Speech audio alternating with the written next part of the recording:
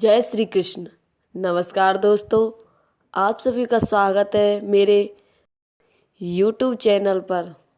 दोस्तों, आज हम बात करने वाले हैं पाप मोचनी एकादशी संबंधित पाप मोचनी एकादशी का महत्व क्या है, पूजा की विधि क्या है, व्रत का मुहूर्त और व्रत कथा के बारे में जानेंगे।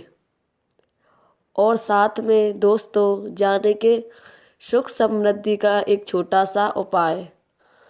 दोस्तों, उससे पहले आप सभी से हमारा निवेदन है, अगर आप हमारे चैनल पर पहली बार आए हैं तो हमारे चैनल को सब्सक्राइब करके रखें, बगल में घंटी के बटन को ज़रूर दबाएं जिससे हमारी आने वाली वीडियो आप तक पहुंच सके।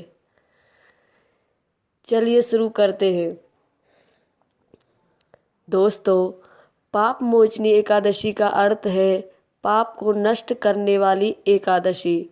इस दिन विधि विधान से भगवान विष्णु की पूजा करनी चाहिए। पाप मोचनी एकादशी के दिन किसी की निंदा और झूठ बोलने से बचना चाहिए। इस व्रत को करने से श्रवण, चोरी, मंदिरापन और भ्रणघात समेत अनेक घोर पापों के दोष से मुक्ति मिलती है।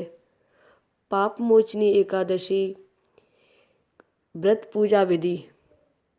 समस्त पापों को नष्ट करने वाली पाप मोचनी एकादशी व्रत की पूजा एकादशी के दिन सूर्योदय काल में स्नान करने के बाद व्रत का संकल्प कर भगवान विष्णु की षोडशोपचार विधि से पूजा करें और पूजन के उपरांत भगवान विष्णु को धूप, दीप, चंदन और फल आदि अर्पित करके आरती करनी चाहिए। विमुक्त जरूरतमंद व्यक्ति व ब्राह्मणों को दान और भोजन अवश्य कराना चाहिए। पाप मोचनी एकादशी रात्रि में निराहार रहकर जागरण करना चाहिए और अगले दिन द्वादशी पर पारण के बाद व्रत खोलना चाहिए।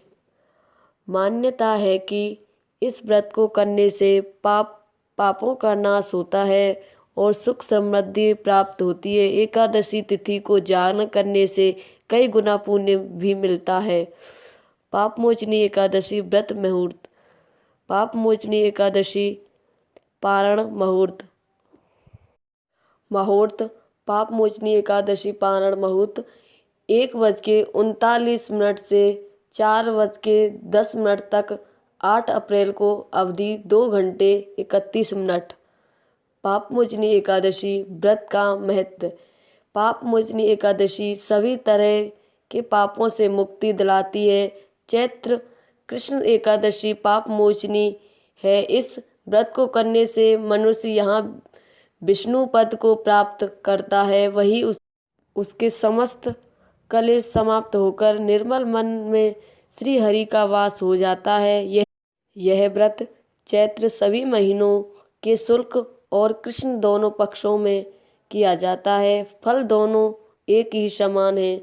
शुक्ल पक्ष और कृष्ण में कोई विशेषता नहीं है।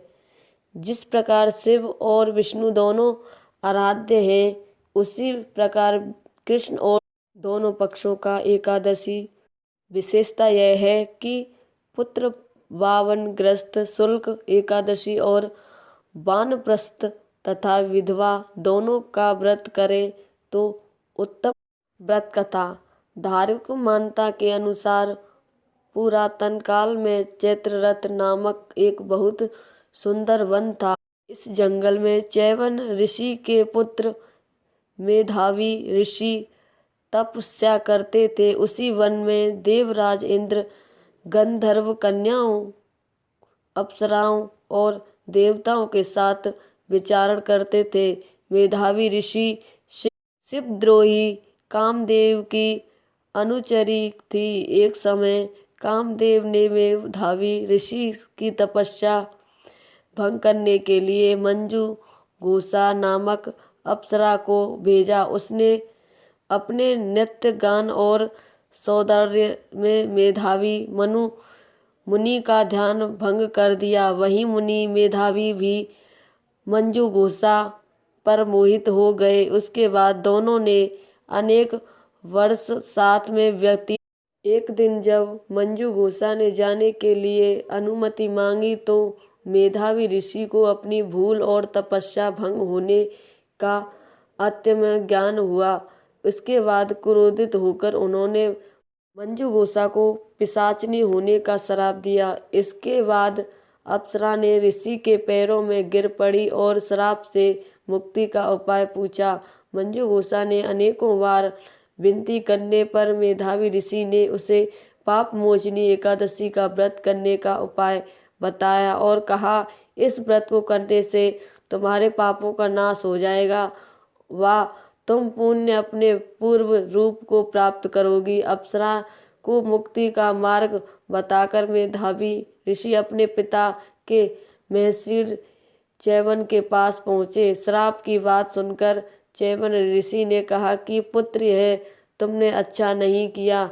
ऐसा कहकर तुमने भी पाप कमाया है, इसलिए तुम भी इस प्रकार पाप मोचनी एकादशी का व्रत करके अप्सराएं मंजू घोषा ने श्राप से और मेधावी ऋषि ने पाप से मुक्ति पाई। इसके साथ ही दोस्तों, आज आपको भगवान विष्णु और माता लक्ष्मी की विशेष कृपा प्राप्त करने के लिए एक छोटा सा उपाय जरूर करना चाहिए। अगर आप एकादशी व्रत कर रहे हैं तो भी आप इन उपायों को कर सकते हैं और नहीं कर रहे हैं तो भी कर सकते हैं। तो आपको करना क्या है दोस्तों कि एकादशी के दिन शाम के समय तुलसी जी में एक दिया जलाएं। उसके बाद तुलसी की 11 बार परिक्रमा करें। परिक्रमा करते हुए ओम नमो भगवते वासुदेवा मंत्र का जाप करते रहें। दोस्तों, यह उपाय अत्यंत कारगर बताया गया है। इस उपाय को आप ही को करते हैं तो माता लक्ष्मी की कृपा आपके घर में सदा बनी रहेगी। सुख समृद्धि में बुद्धि आती है। इसके साथ ही दोस्तों, आपको भगवान विष्णु और माता लक्ष्मी के मंदिर में जरूर जाना है। वहाँ पर भगवान विष्णु और माता लक्ष्मी को पुष्प और पुष्पमाला अर्पित करें, उनके लिए प्रसाद अर्पित करें, धूप दीप दिखाएं और धूप दीप जलाएं। वहीं पर बैठ कर के भगवान विष्णु के मंत्र का जाप करते माता लक्ष्मी की श्री सूक्त का जाप करें। भगवान विष्णु और माता लक्ष्मी से कृपा बनाए रखने की प्रार्थना करें। यह अत्यंत कारगर उपाय है दोस्तों। अगर आप इसको हर एकादशी को दोहराते हैं तो आपको इसका फर्क साफ नज़र आता है। आपके घर में धन की वृद्धि होगी और सुख शांति बनी रहती है। दोस्तों, यह कुछ उपाय आपको हर एक एकादशी को जरूर करने चाहिए। उम्मीद है आपको हमारी वीडियो पसंद आई होगी। तो हमारे वीडियो को लाइक करें, शेयर करें और हमारे चैनल को सब्सक्राइब जरूर करें। आप सभी को जय श्री राधे, जय श्री कृष्ण।